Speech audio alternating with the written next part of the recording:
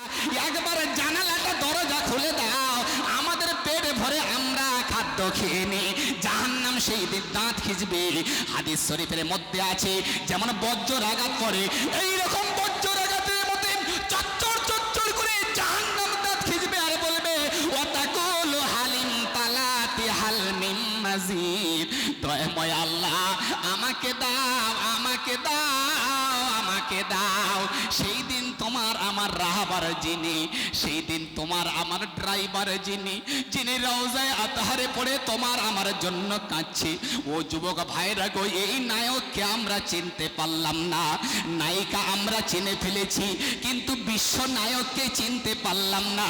জাহান্নামের গর্জন এদিকে, আর সেই দিন দয়ার নবী আল্লাহ তাআলার এই কুরসির কাছে গিয়ে মাথাটা নত করে বলবেন, আল্লাহ আল্লাহ আল্লাহ, জাহান্নাম থেকেও, জাহান্নাম থেকেও, জাহান্নামের জাহালাত যদি এখনই জাহান্নাম ছাড়া পায় গো দয়াময়, আমার উম্মতের বিচার করতে দেবে না।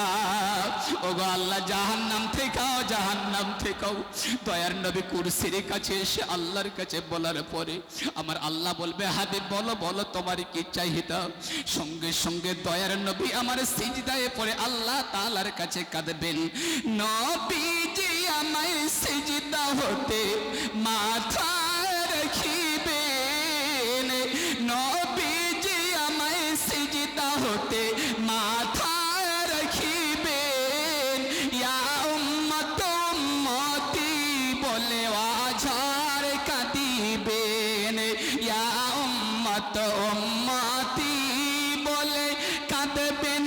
এত কান্না চোখের পানিতে ভেসে যাবে মোর নবীর সিনা, চোখের পানিতে ভেসে যাবে মোর নবীর সিনা।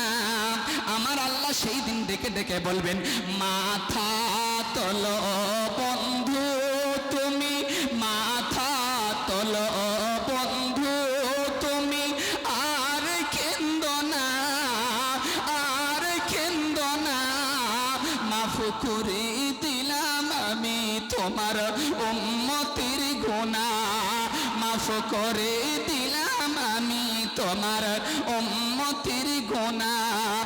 সেই দিন দয়ার নবী মাহের নবী আল্লাহর আরশের কুরসি নিয়ে মাথাটা নিচে করে আল্লাহ তাআলার কাছে বলবেন আর বলবেন, আল্লাহ তুমি আমার উম্মতকে বাঁচাও, আমার উম্মতকে বাঁচাও। সেই দিনে একমাত্র নায়ক যিনি হবেন তিনি হলেন দয়া